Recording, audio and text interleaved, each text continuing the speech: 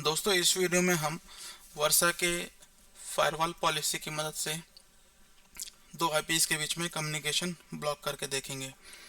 तो अभी हम ब्रांच 2 के लैन राउटर से अगर एज्योर के इन दो आईपीस को पिंग करते हैं तो हम पिंग कर पाते हैं। ये हम यहाँ से वेरीफाई कर लेते हैं।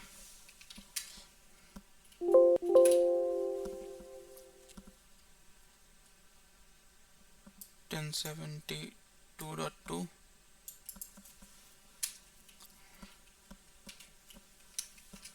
और 1071.1।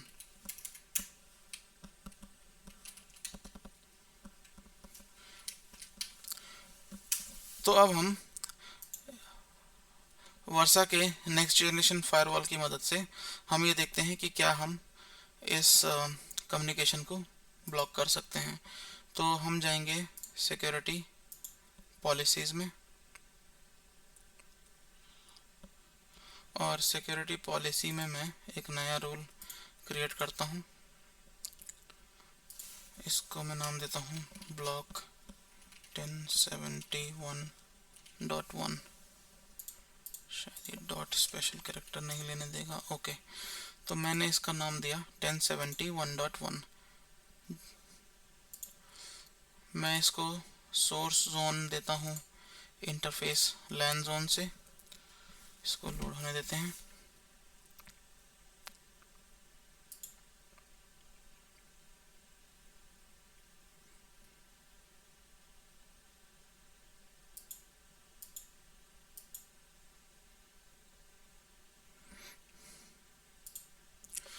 सोर्स इंटरफेस लैन जोन और सोर्स एड्रेस मैंने लूप के लिए लैन लूप बैक क्रिएट किया हुआ है।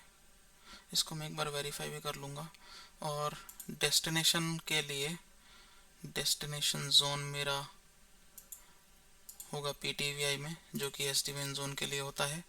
और डेस्टिनेशन एड्रेस मेरा एज्योर, मैंने ये MPLS के नाम से रखा हुआ है।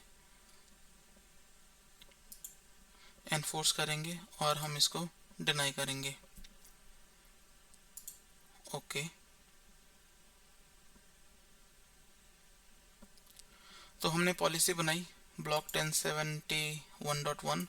सोर्स मैंने दिया है लैन लूप बैक और डेस्टिनेशन एज्योर MPLS। तो इसको हम एक बार ऑब्जेक्ट में वेरीफाई कर लेते हैं। एड्रेस लैन लूप बैक 10.10.11 और एज्योर MPLS 1070.11। ये दोनों आईपी यहाँ पर मैंने कॉन्फ़िगर किए हुए हैं। तो मेरी पॉलिसी यहाँ पर देखते हैं कि ऐड हुई कि नहीं। सिक्योरिटी पॉलिसीज़ और सिक्योरिटी रूल मेरा यहाँ पर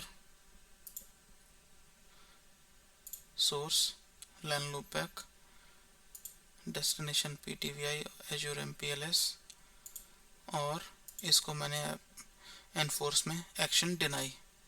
तो मैं इसको ओके करता हूँ और ये मैं टेम्पलेट से कॉन्फ़िगर कर रहा हूँ, तो मुझे इस टेम्पलेट को डिवाइस पर पुश भी करना होगा। तो इसको मैंने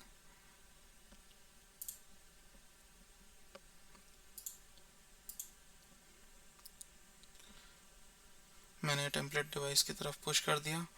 अब जैसे ये टेम्पलेट पुश होता है डिवाइस की तरफ तो उसको दोबारा वेरीफाई करेंगे।